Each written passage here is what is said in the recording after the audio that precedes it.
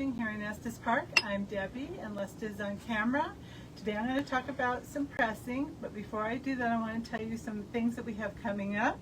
First I want to remind you that our Sit and Stitch, I can't say that very well, is starting back up on Thursdays at 10:30, and just come in with your projects.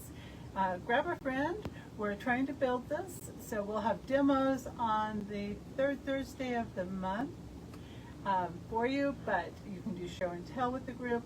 We'll try to lead a little bit so that you guys can get to know each other, but we just want to start a community up here of people that want to get together and work on their projects. So that's on Thursday from 10:30 to 4. And then February 28th, and if you want to get in on this, do it quick because this was one that fills up really fast. Turned Edge Machine Applique, I Lost My Mitten by David Taylor. So he will be here February 28th, and he is going to teach a one-day class on Turned Edge Machine Applique. So sign up quick if you want to join, because again, those classes fill up really fast. And then we have the Learn to Knit class coming up, and it's going to be January 17th and 24th. It's a two-session class, and you'll learn all the nice little okay, 2026, I've lost words. You're going to learn all the tips and tricks for getting you started with knitting, and it's a very great class, and we have a great instructor in it. So come join us. And you can do all that online, sign up online, or you can call us, or you can come into the store, because why not come into the store? We're having spring weather. So let's talk a little bit about pressing. Pressing is very important for your final results on your quilt. And as I say that, I also want to say there's no rules. So two things. A lot of people, I see a lot of beautiful quilts that people have done that the pressing may look a little wonky, but once they're quilted, it kind of finishes it out also. But sometimes there are problems that come up in the quilting because of things that are done.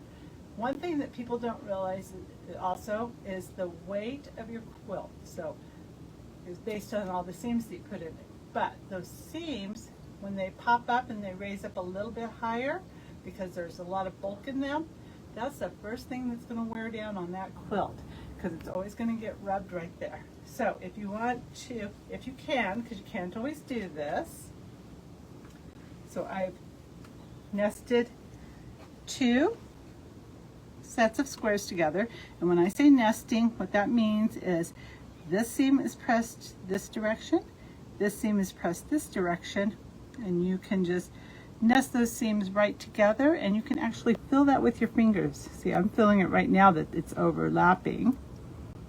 So I'm pulling it down a little bit, and see, you want it to come right in there and nest right in there together, and it's nice and it's flat, less bulk.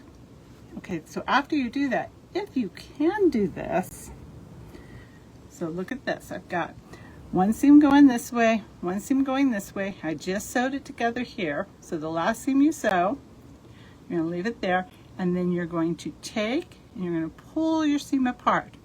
So this seam that you're pulling apart here is the edge of this seam and this seam. It's not interfering with this seam here at all. So you're going to pull it apart, and sometimes you might want to take a seam ripper, but remember, you don't want to take these seams out. You only want to take the ones that you crossed when you put the pieces together. Try not to break them if I can. I may have to break some of these in order to show you real quick here, because you can always take a chance on cutting the other seam there. See how I've got a little checkerboard there? So now what I'm going to do is I'm going to open this up. So now look, if you notice this, the seams are all going in one direction. Sometimes they'll go this way, sometimes they'll go the opposite way. Depends on how you put together. So from the back side, I'm going to lightly tap that center piece right there just to hold it in place. Then I'm going to flip it over. And the reason why I'm flipping this over is because if I don't, you have a tendency to maybe tuck this in a little bit and get a funky little fold back there. You don't want to do that. So if you're doing it from the top, and you just take your finger and hold it down, it allows you to be sure to avoid that. Okay. So I always do this. I always come in like this, and everybody thinks I'm ironing. No, I'm coming in lightly, and then I'm pressing down. And then you go down, and then you have this very nice flat seam there. And yes, it's a little bulkier than the fabric itself, but you don't have as many layers right there in the center. So I did well, so I don't have to, I had to back up just in case. And another thing that happens is, remember when I just showed you a minute ago that you can come in and you might press your seam and think that you have it good, but you might have this little fold over right here.